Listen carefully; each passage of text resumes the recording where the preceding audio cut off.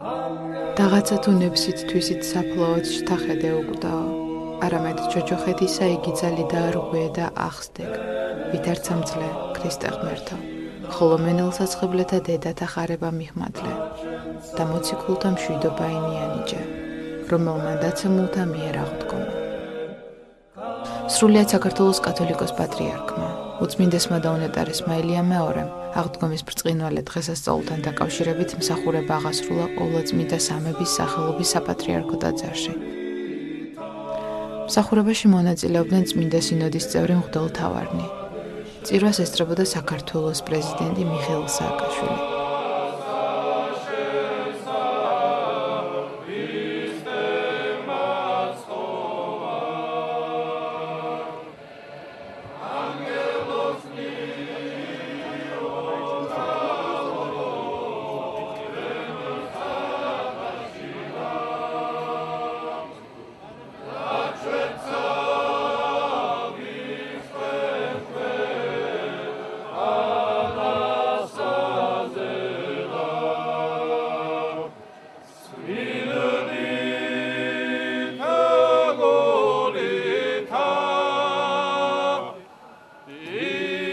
სააღდგომო ლიტანიის დაწყებამდე მრევლის წინაშე წაიკითხეს საქართველოს პატრიარქის სააღდგომო ეპისტოლე.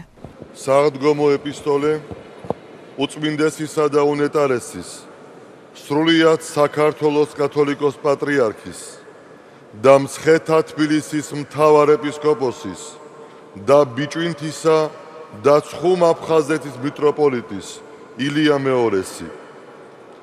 ყოვლად სამღვდელონო მღვდელმთავარნო, ღირსნო მოძღვარნო, დიაკონნო, ბერმონოზონნო, ყოველნო მკვიდრნო, ღვთივკურთხეული ივერიის მიწისა და დროებით ჩვენი ქვეყნის საზღვრებს გარეთ ცხოვრებნო, ჩვენო ძვირფასო თანამემამულენო. ქრისტე აღსდგა! გუგუნებენ ეკლესიათა ზარები და მსოფლიოს ამცნობენ, რომ დადგა დღესასწაულთა დღესასწაულისა.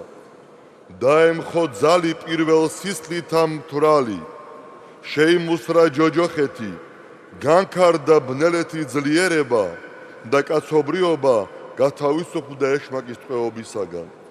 სადა არ ჯოჯოხეთო ძლევაი შენი, სადა არ სიკვდილო საწერტელი შენი, ქრისტე აღსდგა! ეს საოცარი სიტყვები ანგელოზის მიერ პირველად მენელსაცხებლე დედებს ეხარათ. დედებმა მსწრაფლა აუწყეს მოციქულებს, მოციქულებმა თავიანთ სამწყსოებს და აი უკვე მრავალი საუკუნია მილიონობით ადამიანი ხმობს ქრისტე აღსდგა. ჭეშმარიტად აღსდგა. მაინც რას ნიშნავს უდიდესი საიდუმლოებით მოცული ეს სასწაული? ანუ რა არის მიზეზი ჩვენი ასეთი ბედნიერებისა? სამყაროს აქვს მხოლოდ ერთი საწყისი, ყოვლად ძლიერი, ყოვლად კეთილი, ყოვლად ბრძენი, ყოვლის შემონქმედი ღმერთი, ყოვლად წმინდა სამება, რომელიც ყველგან არის და ყოველივეს აღავსებს მადლითა თვისითა. იგი თავისი მარადიული ნეტარების წიაღისაკენ იზიდავს მთელ სამყაროს და ყოველივე ქნულს, რომელიც თავის მხრივ მიისწრაფვის მისკენ და ადიდებს მას.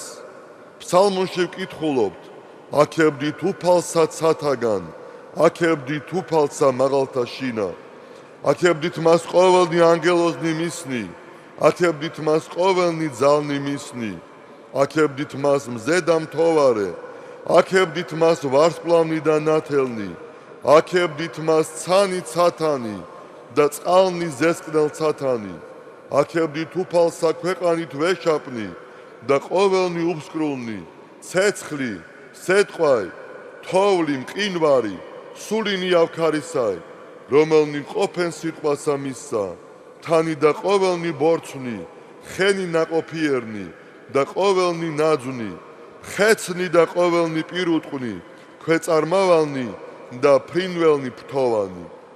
ამ ღვთაებრივ ჰარმონიას ურჩობისა და ამ პარტავნების გამო თავისი ნებით განეშორა პირველ ქმნილი ადამიანი. თუმცა შემოქმედს მასზე ზრუნვა არ მიუტოვებია. ეს მდგომარეობა ბასილი დიდმა ასე გამოხადა: შენ მარადის მწყალობ და მე განგარისხებ, შენ სინანულად მომიწოდებ და მე ურჯ გექმნები, შენ მხადი და მე გელტვი, ესრედ ყოვლითურ წინააღმდგომ შენ და არ ცხოვრებაი ჩემი. და აი თითქმის 2000 წლის წინ მოხდა ის, რასაც ვერავინ წარმოიდგენდა. ყოვლად დაუტენელმა განკაცება ინება და კაცობრივი ბუნებით სიკვდილს დაექვემდებარა. ჯოჯოხეთში შთავიდა, რათა მართალთა სულნი ეხსნა და კაცობრიობისათვის დახშული ზეციური კარიბჭენი აღეხნა. რა შეედრება იმ განს, რაც მანამ წუთის სოფელში დროებით მყოფ თითოეულ ჩვენგანს გვიბოძა. როგორ გამოვხატოთ ჩვენი მადლიერება ამ გამაოგნებელი თავგანწირვის, სიყვარულისა და მოწყალებისადმი. უფალი ჩვენგან არაფერს ითხოვს, ოღონ ჩვენივე გადარჩენისთვის გვთავაზობს, ჩავჭიდოთ ხელი მის მხსნელ მარჯვენას და ჩვენი გული და სული მისკენ მივმართოთ, რათა ღვთის მადლით ცოდვის ჭაობს განვეშოროთ და შიგარ დავინთქათ. ამ სასწაულთა სასწაულს ვზეიმობთ ახლა, ამიტომაც სიხარულითაა მოცული დედამიწა. ჩვენ გამოხარობს ყოვლადწმინდა სამება და ანგელოზთა დასი, რადგან ხორციელი სიკვდილი აღარ არის მხოლოდ ჯოჯოხეთის კარიბჭე, არამედ იგი მორწმუნეთათვის წარუვალ ნეტარებაში აღმყვანებელ საშუალებად იქცა. ამიერიდან ესა თუ ის პიროვნება, ან ეშმაკის ან მისი ანგელოზის ხვედრი შეიქმნება და მარადიული ტანჯისთვის განიწირება, როგორც ეს ადრეც იყო, თუ ან და უფლისა და ანგელოზთა წიაღში დამკვიდრდება. სხვა არჩევანი არ არსებობს. ბუნებრივია, ყველას სამოთხეში დამკვიდრება სურს, მაგრამ ეს უშრომლად არ მიიღწევა. მთავარია ჩვენი ცხოვრების მიზნად სხვისთვის მსახურება დავისახოთ, რომ ქრისტეს მიმბაძველნი გავხდეთ.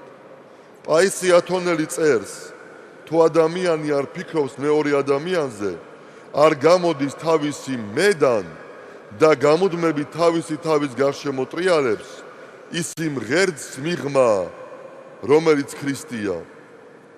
წმინდა მამები იმასაც გვასწავლიან, რომ აბსოლუტურად ბოროტი და ცოდვილი კაცი არ არსებობს და რომ ყველაზე უარეს მათგანშიც კი არის რაღაც ნაწილი სიკეთისა. მაგალითად, თუ მას გულწრფელად უყვარს შვილები, მშობლები ან ოჯახის სხვა წევრები, უყვარს თუნდაც ცხოველები ან ბუნება, ესე იგი, მასში არის ის ღვთაებრივი ნაპერწკალი, რომელიც ათვობს და ანათებს მის დაბნელებულ სულს. ყველას ვალია ეს ნაპერწკალი საკუთარ თავში გააღვივოს და ღვთაებრივ ალად აქციოს. საერთოდ ქრისტიანის ცხოვრება საკუთარ თავთან ბრძოლაა, გულის სიწმინდისათვის ზრუნვა. ეს არის სინანული და მცდელობა იმისა, რომ ღმერთი მოვიძიოთ და ჩვენს გულში გავამეფოთ. გული არის სულის სავანე, სული კი ერთგვარი ჭურჭელი, რომელშიც ღვთის მადლი იღვრება. მადლის სიდიდე ჩვენს პიროვნულ ღვაწლზე და ძალისხმევაზეა დამოკიდებული.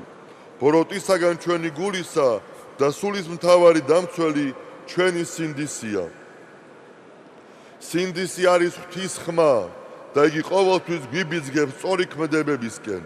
მთავარია ყური დავუგდოთ მას, მაგრამ ადამიანთა ნაწილი სწორედაც რომ საპირისპიროდ იქცევა. ცდილობს ჩაახშოს იგი და სხვის დასანახად ვითომ ემსახურება უფალს, გული კი განშორებულია ღვთისაგან. არა ყველა, ვინც მეტყვის მე უფალო, შევა ცათასას უფეველში. არადროს მიცვლი ხარ თქვენ, განშორდით უსჯულოების მოქმედნო, ბრძანებს მათ მიმართ მაცხოვარი. ღმერთმა გვიხსნას ამ მდგომარეობისაგან და მაინც როგორ მივხვდეთ ჩვენს გულში ვის უდგას ტახტი, ამის პასუხს სახარება იძლევა. გულში სადაც ცოდვა და ეგოიზმი ბატონობს, ბობოქრობს ღვარძლი, ავსიტყვაობა, შური, შუღლი, ამპარტავნება და სხვა ვნებანი, იქ უფლის მადლი არ მკვიდრობს, მაგრამ არის გულის სიყვარულითა და სიკეთით სავსე, მიმტევებელი, სამართლიანი მოწყალების გამცემი სხვაზე მზრუნველი. ასე რომ ძნელი არ არის გავერკვეთ ვისი მსახურნი ვართ და ვიდრე ჯერ კიდევ დრო გვაქვს გადავდგათ გადამრჩენელი ნაბიჯი. საერთოდ უფალი ადამიანებს სხვადასხვა ნიშს და აქედან გამომდინარე სხვადასხვაგვარ პასუხისმგებლობებს აკისრებს. ზოგს ერთ ტალანტს აძლევს, ზოგს ორს, ზოგს 5-ს ან 10-ს. პასუხისმგებლობა შესაბამისია. ვისაც ერთი ტალანტი ებოძა, მას 10 ტალანტის არ მოეთხოვება. მსუბუქია მისი ჯვარი და უფლის წინაშე მისი ვალდებულებას, ხოლო ვისაც მეტი მიეცა, მას მეტიც მოეთხოვება. მაგალითად, ზოგიერთ მხოლოდ ოჯახზე ზრუნვა მართებს. ესაა მისი პასუხისმგებლობა. ნაწილს ადამიანთა გარკვეული ჯგუფის, სოფლის ან ქალაქის ხელმძღვანელობა, სხვებს კი მთელი ქვეყნის ტვირთი აწევთ და დონის მსახურება ევალებათ. იერარქიის არსი ქრისტიანობაში სხვებთან შედარებით აბსოლუტურად განსხვავებულია და იგი ქვემდგომებისადმი უანგარო სიყვარულსა და მათთვის მსახურების ნიშს გულისხმობს. უფალი ბრძანებს, ვინც თქვენ შორის მოისურვებს უფროსობას, ის იქნება თქვენი მსახური, ხოლო ვინც მოინდომებს პირველობას, ყველას მონა. და ამის უდიდესი და უთვალსაჩინოესი მაგალითი პირველ რიგში თვითონ მოგვცა. ასეთი დამოკიდებულება მოეთხოვება ყველას, ვინც თავს ქრისტიანად მიიჩნევს. მსოფლიოში დღეს საყოველთაოდ აღიარებული ადამიანის უფლებების და დემოკრატიული მმართველობის ერთ-ერთი ძირითადი პრინციპი პიროვნებათა თანასწორობისა და ღირსების დაცვისა სწორედ ქრისტიანულ სწავლებას ეყრდნობა, მაგრამ ზოგიერთათვის ეს ცნებები უკვე განსხვავებულ შინაარსს ატარებს. რა თქმა უნდა, არსებობს არაქრისტიანული იერარქიული ურთიერთობაც, რასაც წმინდა მაქსიმე აღსარებელი ტირანიას უწოდებს და რაც ზემდგომთა ბატონობასა და ძალადობაზე და ქვეშემრდომთა მონურყოფაზეა დამყარებული. ჩვენ გარშემო სამწუხაროდ ურთიერთმიმართების არაქრისტიანული წესი ჭარბობს. მაგალითად, ავიღოთ ქრისტიანული ოჯახი. ეს არის მცირე ეკლესია, რომელიც დაფუძნებული უნდა იყოს პირველ რიგში ღვთისადმი და შემდეგ ერთმანეთისადმი გამოვლენილ ჭეშმარიტ სიყვარულსა და პატივისცემაზე. ხოლო თუ მათ ეს საფუძველი გამოეცალათ, თავს იჩენს ტირანია, რაც ხშირი კონფლიქტების საფუძველი ხდება. ნაცვლად იმისა, რომ თანამედროვე საზოგადოებას ეძღვნა ოჯახში ქრისტიანული ღირებულების დასამკვიდრებლად, დაიწყეს უკვე დანგრეული ურთიერთობების ხელოვნურად მოგვარება, რაც შედეგს ვერ გამოიღებს და ცოლის და ქმრის ურთიერთობას კიდევ უფრო არასწორი გზით წარმართავს.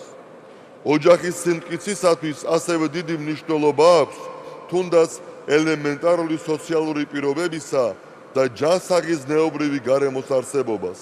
პირველ ფაქტორს ძირითადად ქვეყნის ეკონომიკური მდგომარეობა განაპირობებს. ფიქრობთ, სახელმწიფოსათვის და ოჯახის ეკონომიკური მდგომარეობის გაუმჯობესებისათვისაც სასარგებლო იქნება სოფლის მეურნეობის განვითარებისათვის ზრუნვა. მე ადრეს მithქვამს და კვლავაც გამიმეორებ, ყოვლად დაუცველია ეკოლოგიურად სუფთა პროდუქტების წარმოება, ადგილობრივი ჯიშების შენარჩუნება და რა თქმა უნდა მიწისადმი ხალხისათვის ინტერესის დაბრუნება. კარგი იქნება თუ ამ პროცესს მთავრობა მხარს დაუჭერს და დოტაციური და მრავალწლიანი შეღავათიანი კრედიტებით გაამაგრებს, რაც დასავლეთის ქვეყნებში მიუხედავად განვითარებისა დღესაც ხორციელდება. რაც შეეხება ჯანსაღ ზნეობრივ გარემოს, ეს ხელისუფლების პოლიტიკურ დებაზე, მის ორიენტაციაზეა დამოკიდებული. ვინაიდან ოჯახის სახელმწიფოს სიმტკიცისა და განვითარების უმთავრესი გარანტია. ბუნებრივია მისი დაცვისათვის ზრუნვა ნებისმიერი ქვეყნისათვის პრიორიტეტი უნდა იყოს. სავსებით ნათელია, რომ ძალადობრივი, ნიჰილისტური და უზნეო ფილმებითა და გადაცემებით აღზრდილი თაობა ჯანსაღ გარემოს ვერ შექმნის და ოჯახის მნიშვნელოვნად დაზიანდება. არადა როგორი მონდომებაა, რომ უძლიერესი ფსიქოლოგიური საშუალებით მასმედიით ბოროტება და ცოდვით ცხოვრება აღზევდეს.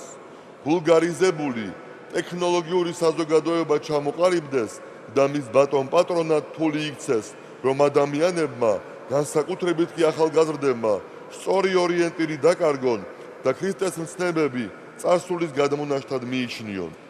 რა თქმა უნდა, ეს ყოველივე მოქმედებს ხალხზე. დღეს უკვე ადამიანებს გაცილებით უადვილდებათ ოჯახის დანგრევა, თავისუფალი ურთიერთობების დამყარება. მამად მალობის ჩვეულებრივი მდგომარეობა წარმოჩენა, ოჯახური ანომალიების გახმაურება, არავინ ასწავლის თუნდაც იმას, რომ აბორტის გაკეთება და საკუთარი შვილის სიცოცხლის ხელყოფა, ან ეგრეთ წოდებული სუროგატი დედების ინსტიტუტის შექმნა უმძიმესი დანაშაულია, რომლის გამოსყიდვა ადვილი არ არის. ძალიან სამწუხაროა, რომ ხდება ეგოისტური აზროვნების წახალისება. ასეთი ადამიანები მოყვას მოიაზრებენ მხოლოდ თავისი მიზნების განხორციელების საშუალებად, რაც მადლიერების გზნობასაც გამორიცხავს და ამასთან აყალიბებს ისეთ დამოკიდებულებას, რომ სხვისი გამეტება და სიცოცხლის ხელყოფა ეადვილებათ. მაგრამ ცოდვითი ცხოვრების მიმდევართა და პროპაგანდისტთა შორისაც ვხედავ ბევრს ისეთს, რომელნიც უფლის წყალობით შეცვლიან თავის ცხოვრების წესს და ჭეშმარიტი სიკეთის თესველნი გახდებიან. ასეთი ზეწოლის მიუხედავად, ჩვენი საზოგადოებისა და ახალგაზრდობის დიდი ნაწილი მათ სასახელოდ უნდა ეთქვა, რომ მაინც ინარჩუნებს ტრადიციულ ღირებულებებს, ჩვენს კულტურას, ჩვენი ყოფისა და აზროვნების წესს და ქართული იდეის მატარებლები არიან. საერთოდ ყველა ერთ თავისი იდეა აქვს. რა არის ქართული იდეა და რაში ვლინდება იგი? ეს შეიძლება გამოთქვათ ერთი ყოვლის მომცველი სიტყვით, ჭეშმარიტების მსახურება, რაც პირველ რიგში გამოიხატება უფლისადმი ჩვენს უდიდეს სიყვარულში, მისდამი ერთგულებასა და თავგანწირვაში. დიახ, უზენაესი ჭეშმარიტებისადმი თავდადება არის ქართული იდეა, ამიტომაც გვიანდერძა წმინდა მეფე ვახტანგ გორგასალმა ეძიებდით ქრისტესთვის სიკვდილსა და მართლაც ჩვენი ერი ჯვარს ეცვა ჯვარცმული ღვთისათვის. პეტრიწონის ქართული მონასტრის წარწერათ ამაზე მიგვანიშნებს: ქართველნი ვართ ნათესავნი მხნენი დამარადის ჭირველსა ცხოვრებასა ჩვეულნი. ქართული იდეის განსხვობის არეალი გიორგი მერჩულემ ასე განსაზღვრა: ქართლად ფრიადი ქვეყანაა ღირაცხების, რომელსაც შინა ქართული თაენითაც ჟამი შეიწირვის და ლოცვაი ყოველი აღესრულების, ხოლო ენასა ამას შინა ყოველი საიდუმლოი დამარხულას.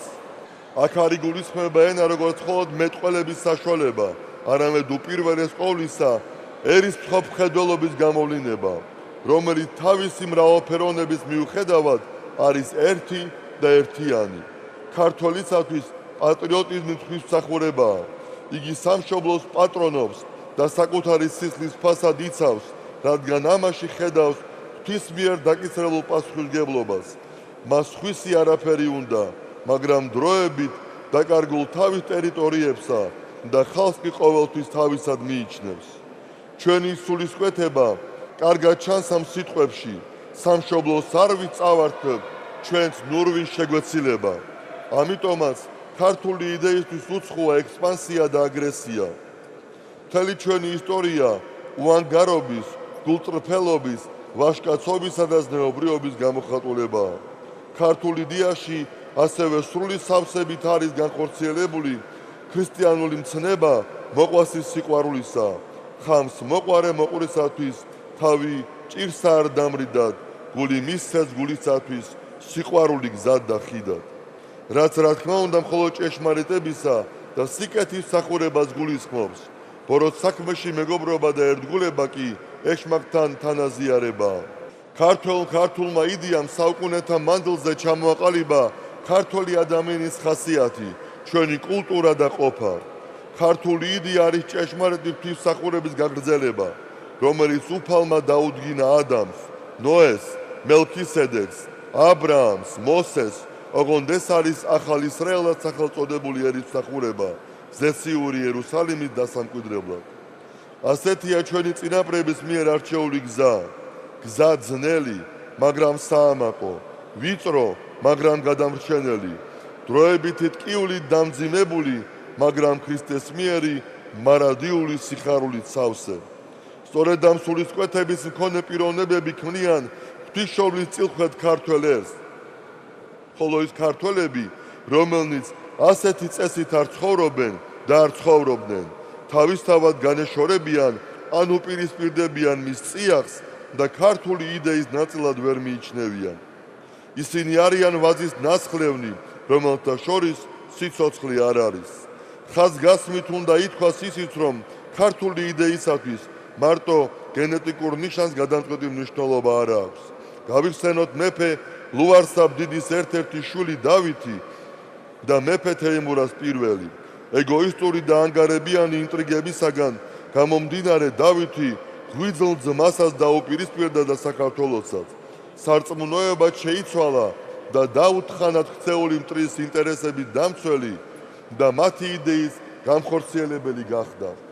მაშინ, როდესაც თეიმურაზ პირველმა რწმენისა და მამული დაცვას დედას და შვილებით შესწირა და თავისი ცხოვრებაც მუდმივ ბრძოლასა და ტანჯვა-წამებაში გაატარა, ხოლო ბოლოს კი ბერობაში აღესრულა მისი ცხოვრება ხალხისათვის მისაბაძ მაგალითად იქცა.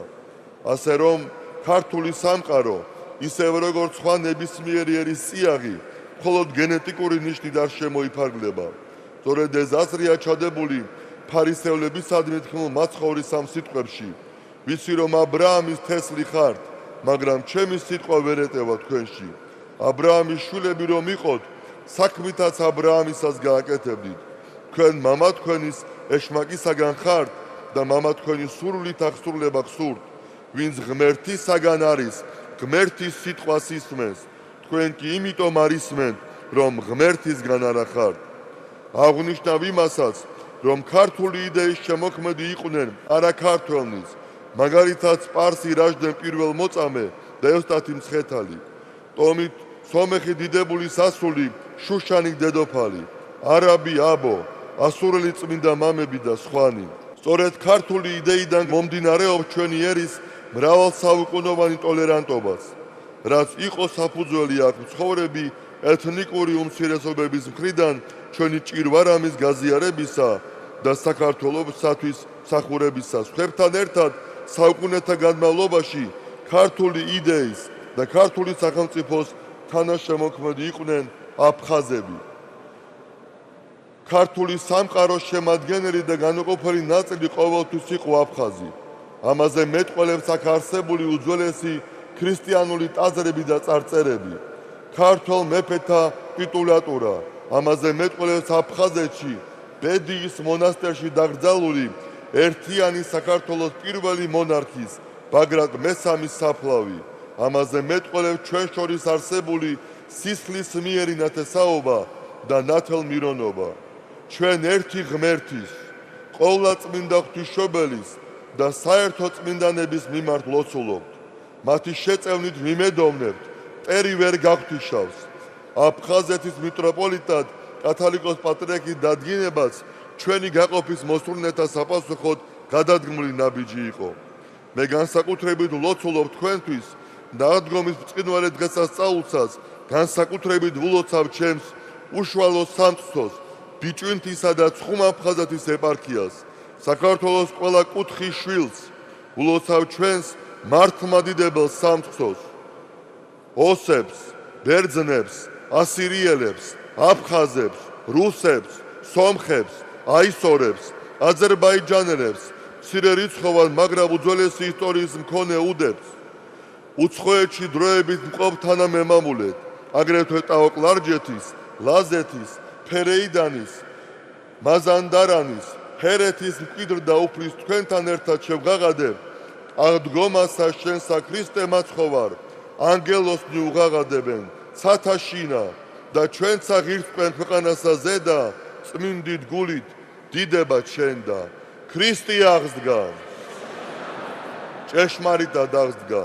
ილია მეორე, სრულიად საქართველოს კათოლიკოს პატრიარქი და მცხეთა თბილისის მთავარეპისკოპოსი და ბიჭვინთისა და ცხუმ-აფხაზეთის მიტროპოლიტი. აღდგომა ქრისტესი, თბილისი, 2011 წელი. ყოლა წმინდა სამების სახელობის საპატრიარქო ტაძარში წმინდა ლიტურგიის დაწყებისთანავე მოაბრძანეს უფლის საფლავზე გადმოსული წმინდა ცეცხლი, რომელიც ქართველმა მომლოცველებმა შუაღამისას ჩამოაბრძანეს საქართველოში და მან გაანათლა მთელი ჩვენი ქვეყანა. ქრისტე აღსდგა. ახლა ჩამოგვივიდა იერუსალიმიდან წმინდა ცეცხლი, რომელიც გარდამოვიდა შაბათს გუშინ. შეგეწიოთ მისი მადლი თქვენ და საქართველოს და მთელ მსოფლიოს. სახელითა მამისათა და ძისათა და წმინდისა სულისათა. ამინ. ცეცხლი ჩამოიტანა მისმა ყოვლად უსამგდელო ესობამ, ეპისკოპოსმა მელქისედეკმა და ძალიან დაგვეხმარა ამაში მამუკა ახვლედიანი, საკრებულოს თავმჯდომარის პირველი მოადგილე. ღმერთს მოდალოცოს, ღმერთს მოდაგლოცოთ და გაგახაროთ. ბედნიერი აღდგომა ყოფილიყოს თქვენთვის და საქართველოსთვის. ამინ. ქრისტე აღსდგა. ქრისტე აღსდგა. ქრისტე აღსდგა.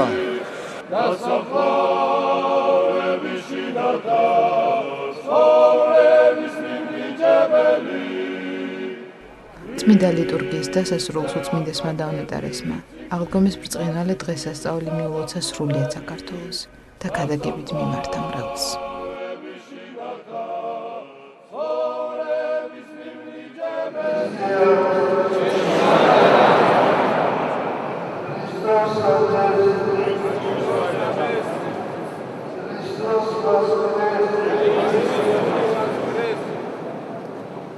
სახელითა მამისათა და ძისათა და წმინდისა სულისათა.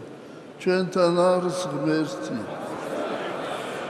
ქრისტე აღსდგა.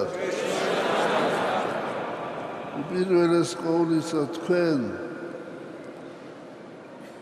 რომელნიც ბრძანდებით წმინდა სამების ამ დიდებულ ტაძარში და მთელ საქართველოს და ყოველთა ქართველთა უცხოეთში ცხოვრებთა, ყველას, ვინც ცხოვრობს საქართველოში უცხო ტომების, უცხო ერების წარმომადგენელი, ყველას გილოცავთ ამ ბრწყინვალე დღესასწაულს, ქრისტეს აღდგომას და შევთხოვ უფალს, რომ ჩვენი გულიც გათბეს ქრისტეს აღდგომის დღესასწაულით. ბედნიერია ის ერი, სადაც მეფობს უფალი, სადაც უფალი არის გამგებელი ერისა, ქვეყნისა და მე და თქვენ ყველანი დარწმუნებული ხართ, რომ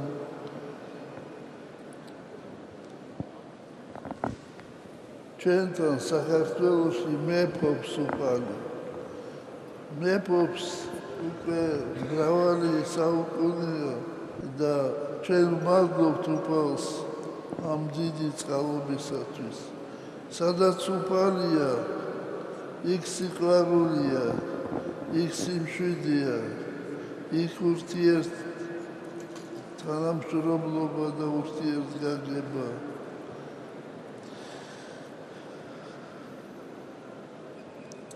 მე მახსენდება ჩემი ბავშვობა, აღდგომა დღეს, როცა მზიანი დღე იყო, გამოგვიყვანდა მამა ჩემი და შეხედეთ, რომ მზესავ და მზე თამაშობდა ფერებში, იცვლიდა ფერებს. აი როგორ ზეიმობს მზეო, როგორ უხარიან ეს დღესასწაულიო. ეს არის უდიდესი სასწაული, რომელსაც ვერადროს ვერ მიხვდება, ვერ მისწვდება და ვერ ახსნის ადამიანი.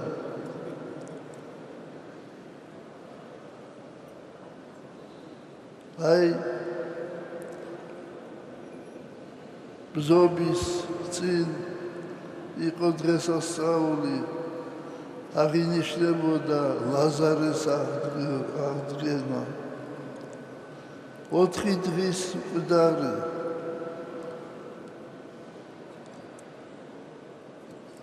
ლაზარეს დები ეუბნებიან უფალს, შენ რომ არ ყოფილიყავიო ჩვენთანაო, ლაზარე არ მოკვდებოდა. ღვთისთვის არავითარი მნიშვნელობა არ აქვს დღეებსა და დროს. ღვთისთვის ყველაფერი აწმყოა და უფალმა აღადგინა ლაზარე. აღადგინა, რომ დაერწმუნებინა მოწაფეები, რომ უფალი არის ქრისტე, უფალი არის ძე ღვთისა. დაერწმუნებულა, უნდა გამტკიცებულიყო მოციქულების რწმენა, რადგან მოახლოებული იყო ბუნება ქრისტესი.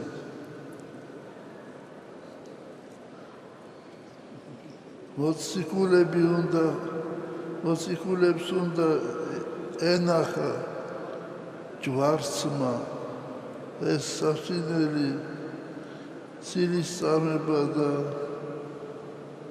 დაცინვა უფლისა და რომ არ შეშინებულიყვნენ და არ დაეკარგა მათ სარწმუნოება, უფალმა აღადგინა მართალი ლაზარე. რა არის აღდგომა? აი მაგალითად ლაზარეს აღდგომა მოხდა უფლის ლოცვით. შეხედა ცას უფალმა და დიდი ხმით ეუბნება, ლაზარე, გამოდი გარე. ლაზარე ადგა და გამოვიდა. რა არის ეს? რა თქმა უნდა, ადამიანს ებადება ეს კითხვა. ეს არის ის, რომ უფალი ყოვლის შემძლებელია. ეს არის ის, რომ უფალი წყალობელია. ეს არის ის, რომ უფალი სიყვარულია. მე მახსენდება ერთი პატარა ბროშურა, სადაც აღწერილი იყო დისპუტი მორწმუნესა და ურწმუნოს შორის. რევოლუციის შემდეგ გამოდიოდნენ ეგრეთ წოდებული მეცნიერები და ასრულებდნენ მთავრობის დავალებას, ხსნიდნენ დისპუტს. ესე იგი, კამათი იყო მღვდელსა და იმ ადამიანს შორის, ურწმუნო ადამიანს შორის და მთელი სოფელი ესწრებოდა ამ კამათს.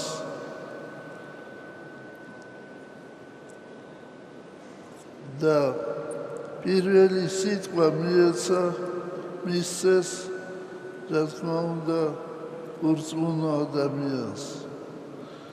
მან მოიტანა რამდენიმე ბროშურა სხვა ავტორების და იმათ ციტირებას აკეთებდა, რომ ღმერთი არ არისო და ასე შემდეგ. ეს ყველაფერი ოპიუმიაო.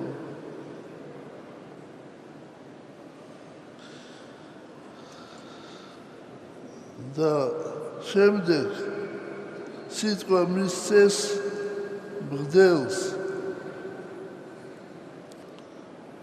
ეს იყო სწორედ შობის აღდგომის ბრწყინვალე კვირა, აი ეს დღეები. მისცეს მღვდელს და მღვდელმა თქვა, ჩემო ძმებო და დებო, აი ეს ადამიანიო, მეცნიერად თვლის თავის საოსაო, მაგრამ ჭეშმარიტი მეცნიერება არ გააჩნია მას. ჭეშმარიტ მეცნიერებას ადამიანი მიხავს ღმერთთან. და ამ პატარა ბროშურებით მას უნდა რომ დაგვიმტკიცოს, რომ ღმერთი არ არისო. ეს შეუძლებელიაო. ღმერთი ჩემს გულშიაო და რომელი ყოველგან ხარ. ყველგანაა ღმერთი. დახშულია მისთვის, ურწმუნა ადამიანისთვის. ღვთის არსებობა. და ამ პატარა ბროშურებით გვიმტკიცებსო ღვთის არარსებობას. მეო არ დაგიწყებთ ბევრ ლაპარაკსო. მე გეტყვით მხოლოდ ერთსო, ქრისტე აღსგავ. და მთელმა ხალხმა უპასუხა ჭეშმარიტად აღსგავ. ხოდა თქვენ თუ ამაში დარწმუნებული ხართო, რომ ჭეშმარიტად აღსგავ, მაშინ რაღაც გვინდაო ეს ადამიანიო. ხოდა დარწმუნებული წავიდა იმ შეხვედრიდან, იმ კრებიდან. ასე რომ უპირველეს ყოვლისა ადამიანის გულში უნდა იყოს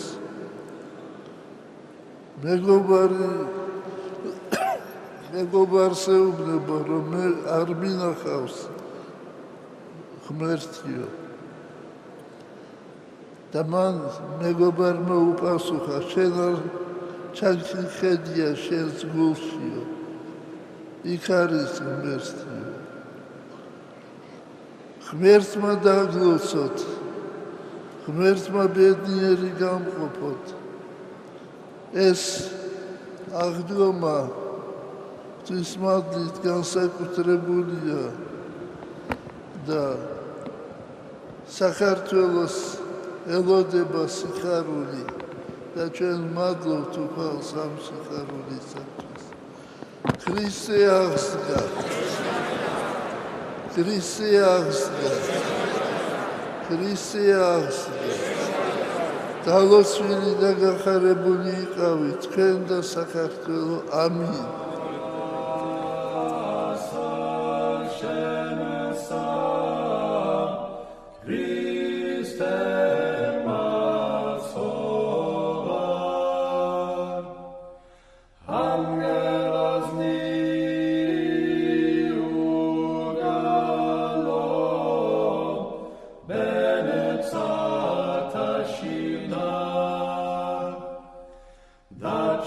That